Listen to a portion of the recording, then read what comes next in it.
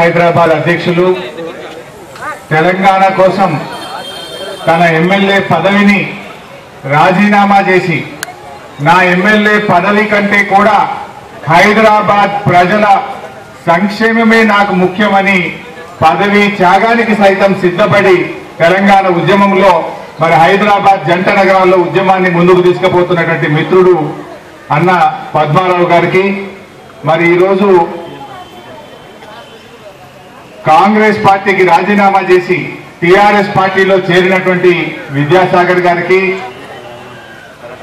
టీడీపీకి రాజీనామా చేసి టిఆర్ఎస్ లో చేరినటువంటి కరాటే రాజు గారికి, లక్ష్మణ్ గౌడ్ గారికి, లోకేష్ గారికి, ఇంకా యాదగిరి గారికి, శశి గారికి, విద్యార్థులకు, యువకులకు, మహిళలకు, టిఆర్ఎస్ పార్టీ కార్యకర్తలకు, సతీష్ గారికి, మీడియా మిత్రులకు అందరికీ పేరు పేరున తెలంగాణ ఉద్యమాభివందనాలు తెలియజేస్తా ఉన్నాను.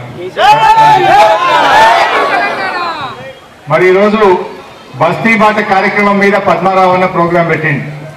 నిజానికి నాకు ఈరోజు మన స్వామి గౌడ్ గారిది, సుధాకర్ రెడ్డి గారి ప్రోగ్రాం ఉన్నప్పటికీ కూడా పద్మారావు అన్న మీద ఉండే అభిమానంతో నేను ఈ కార్యక్రమానికి రావడం జరిగింది.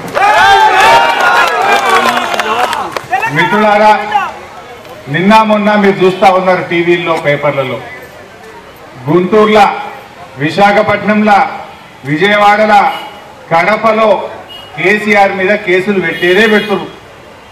కేసీఆర్ మీద జైల్లో పెట్టాలి, కేసీఆర్ ను అరెస్ట్ చేయాలని ఎవరు మాట్లాడుతున్నారు? ఆంధ్రోళ్ళు మాట్లాడుతున్నారు. ఏమడిగిండు కేసీఆర్? గుంటూరు జిల్లాలో ఏమన్నా భూమి అడిగిండా? తిరుపతి హుండీలో వాటా అడిగిండా? కేసీఆర్ ఆంధ్రోళ్ళ సొమ్ము గిట్ట అడిగిండా? ఏమడిగిండు కేసీఆర్ గారు? భారత రాజ్యాంగం తెలంగాణ ప్రజలకు కల్పించిన సమాన హక్కులను కల్పించండి అని అడిగిండు కేసీఆర్ గారు. హైదరాబాద్ లో మా ఉద్యోగాలు మా పిల్లలకే దక్కాలి అన్నాడు.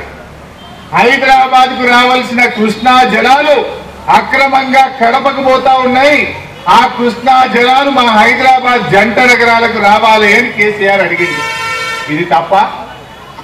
610 జీవోలో 69,000 ఉద్యోగాలు ఆంధ్రోలకు పోయినాయని ఎన్టీ రామారావే లెక్క తెలిసి జీవో ఇచ్చిండు. గా జీవోను అమలు చేసి ఇక్కడున్న ఆంధ్రోలను ఆంధ్రాకు పంపించి మా హైదరాబాద్ లో ఉద్యోగాలు దొరకక ఆటోలు నడుపుకునేటోళ్ళు, దుకాణాల జీతం ఉండేళ్ళు, హోటళ్ల చిప్పలు కట్టుకొని బతికే మా తమ్ముళ్లకు మా న్యాయంగా రావాల్సిన ఉద్యోగాలు మాకు ఇప్పించండి అని కేసీఆర్ అడిగింది.